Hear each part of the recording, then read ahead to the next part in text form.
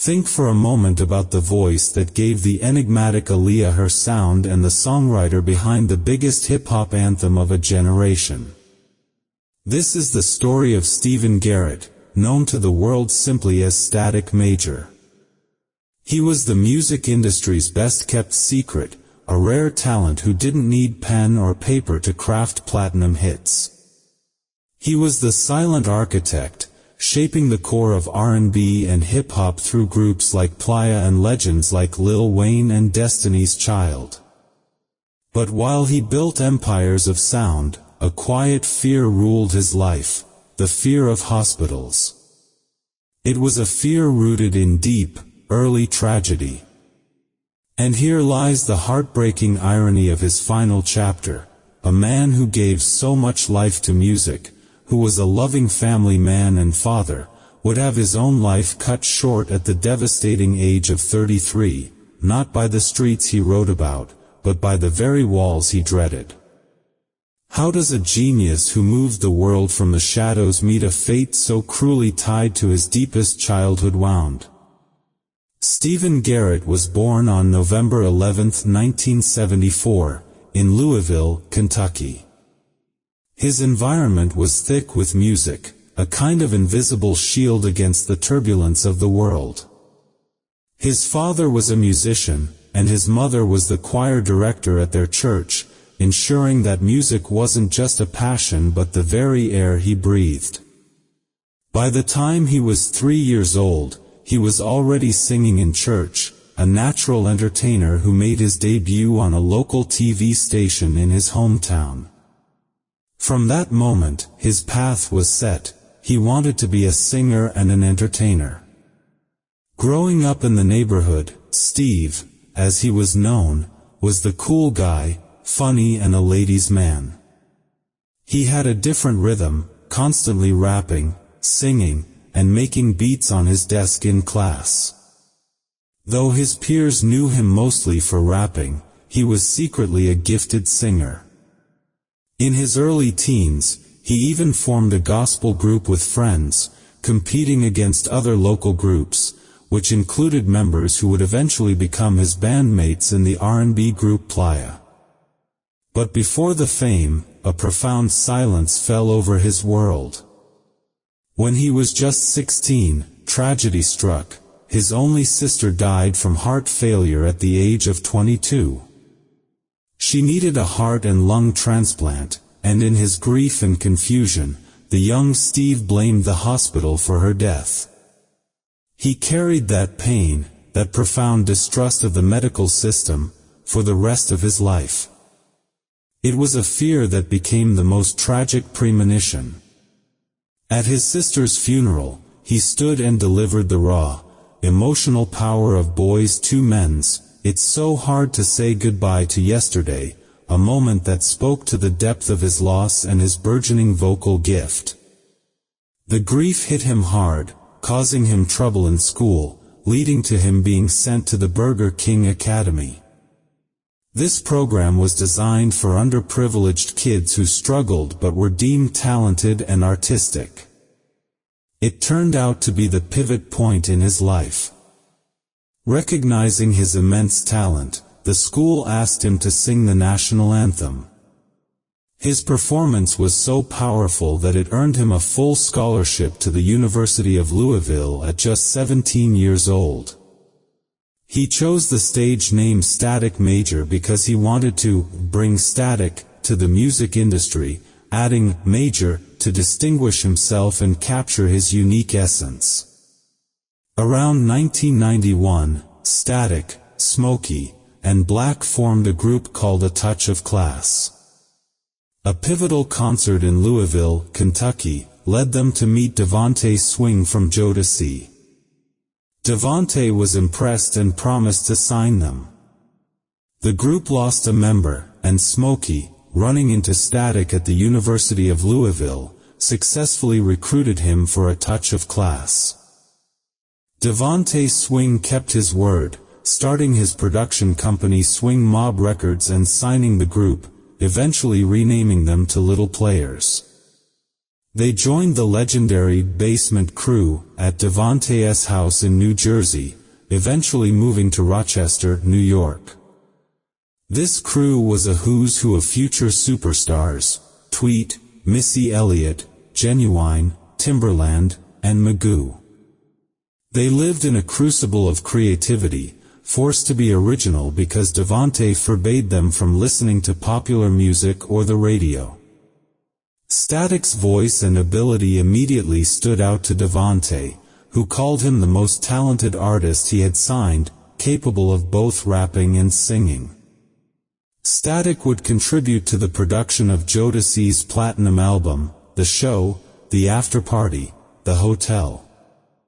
Static even got features, rapping on Dalvin's True OG, and the multi-platinum Dangerous Mind movie soundtrack track, Gin and Juice Remix. But the swing mob dreams soured quickly. By 1996, the label disintegrated. Devanté was too busy touring with Jodeci to focus on his million-dollar talent roster. Artists felt used, uncredited, and mistreated. Timbaland and Stevie J spoke openly about the harsh conditions, the lack of food and soap, and the alleged violence. Little players were the last to leave. Before he departed, Static's early work came to fruition when Timbaland helped Genuine secure a solo deal with Epic Records. That deal was largely based on the song Pony, which Genuine, Static, and Timbaland had created 2 years earlier but which Devanté had shelved. Pony shot to #1, proving Static's initial major commercial appeal and earning him an ASCAP award. Finally free, Static and the Players signed with Blackground Records for management. It was here, in the orbit of Aaliyah and her team, that the true reign of Static Major began. Once settled at Blackground Records, the group officially changed their name to Playa and secured a deal with Def Jam. In March 1998, they released their debut and only album, Cheers to You.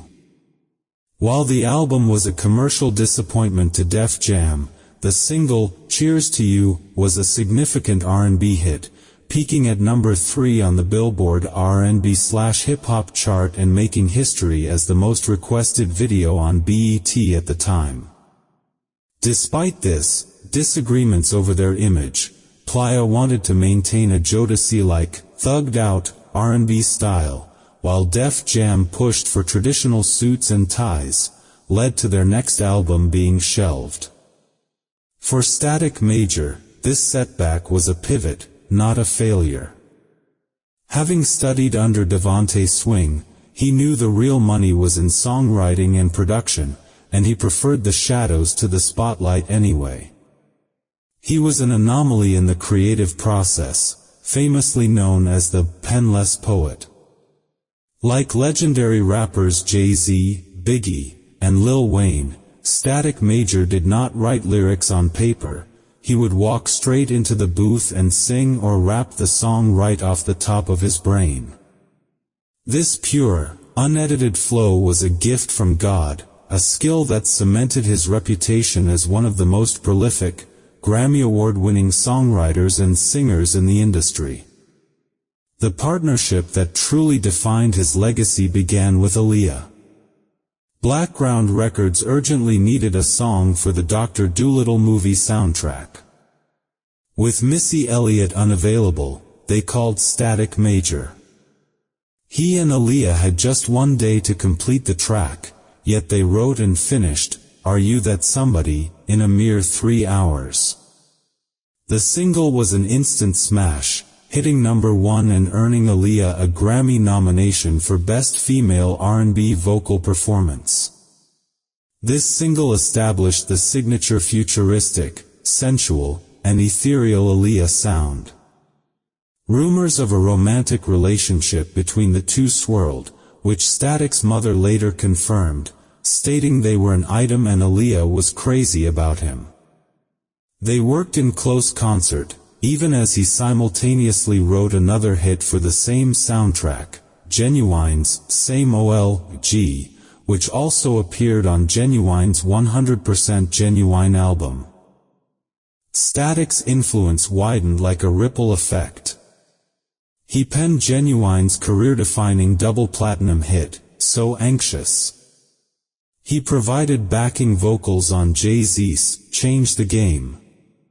Most notably, he wrote the lyrics for Destiny's Child's Grammy-nominated #1 hit, Say My Name, remix. His work with Aaliyah climaxed with the Romeo Must Die soundtrack.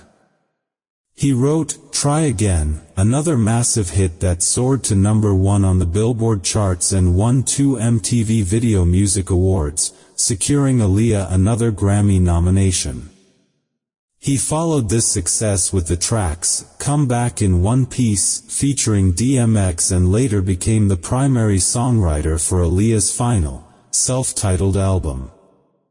He crafted the hits We Need a Resolution, Rock the Boat, and the UK #1 single, More Than a Woman. Static Major's creative partnership with Aaliyah was tragically cut short by her death in a 2001 plane crash. He was devastated, refusing to listen to his own songs on the radio because the pain was too much. Despite the profound loss, Static continued to create. He wrote the UK #1 hit, Addictive, for Dr. Dre's artist Truth Hurts, featured on David Banner's Crank It Up, and wrote the hit, Can I Take You Home, for Jamie Foxx. However, the pinnacle of his songwriting career arrived with a collaboration he was initially hesitant to do, Lil Wayne's The Carter 3.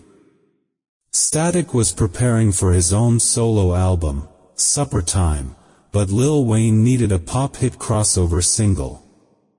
Static already had the foundation, the hook and beat, for a song he planned for himself, but he allowed Wayne to have it. That track was Lollipop.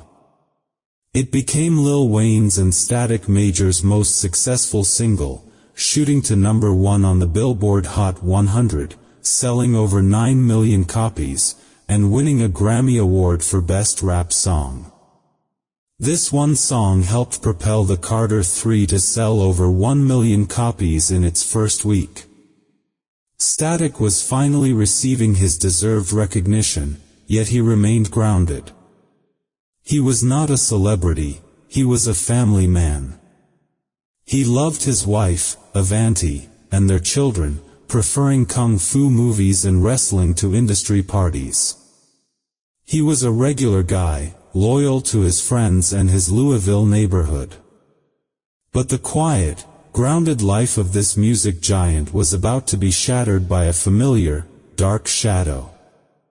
Despite his monumental success with Lollipop, Static Major was never truly comfortable in the industry's spotlight. He was a deeply committed family man, preferring to spend time with his wife, Devanté, and their 2 children. He even adopted and raised his sister's daughter after she passed, demonstrating the depth of his devotion. He was truly a regular guy, known for taking his kids to football games, enjoying date nights with his wife, and allowing friends in his neighborhood to drive his fancy cars. However, the strain of promoting a single as massive as Lil Wayne Lollipop meant he had to step back into the public eye and prepare for his own solo debut, Supper Time. Just before this critical time, a shadow of fate began to fall. While at the Lil Wayne Lollipop video shoot in Las Vegas, Static was battling a bad cold. Though he was unwell, he traveled to Atlanta to work on music with his Blackground label mate, Lil Eazy-E. He told Lil Eazy-E he felt dizzy and needed to rest. Hours later, his symptoms worsened. He called his wife and mother, telling them he couldn't swallow, was losing his voice, and that food or drink was coming out of his nose. This was the moment of reckoning. Despite his lifelong, deeply ingrained fear that hospitals kill people, a fear born from the loss of his sister, he had no choice. He checked into an Atlanta hospital. Initially, doctors diagnosed him with acid reflux. Days later, when his wife picked him up at the Atlanta airport, he was in a wheelchair with both of his eyes closed shut, a frightening sign. They rushed him to a Louisville hospital after he woke up choking around 3 a.m. After receiving 4 fluids, Static began to feel better, but tests revealed a serious medical condition, myasthenia gravis, MG. This is a chronic autoimmune neuromuscular disease that causes severe weakness in the skeletal muscles, affecting eye movement, swallowing, speech, and potentially leading to respiratory failure. To treat the condition, the doctors recommended a procedure called plasmapheresis, which is similar to dialysis, involving the insertion of a catheter into his neck and chest to filter his blood. The procedure was initially scheduled for the next day, but for reasons that remain unclear, the doctor decided to rush it and perform the procedure that same day. This hurried decision triggered Static's deepest anxieties. He was worried about them messing with his arteries, and he confided his extreme fear to his wife. It was a terrifying premonition. The hospital had failed his sister, and now it demanded to violate his own body with a needle near his heart. He asked to see his children one last time before the procedure. When his 4-year-old daughter asked why he was crying, the depth of his unspoken terror was laid bare. He tried to reassure them, but the fear was palpable. His wife signed the papers and was told to leave, but she returned to the room for one last look. She saw Static Major looking back at her, like it would be the last time he will see her again, a tear streaming down his face. It was the ultimate, heartbreaking farewell from a man who knew his fate was sealed within those dreaded walls.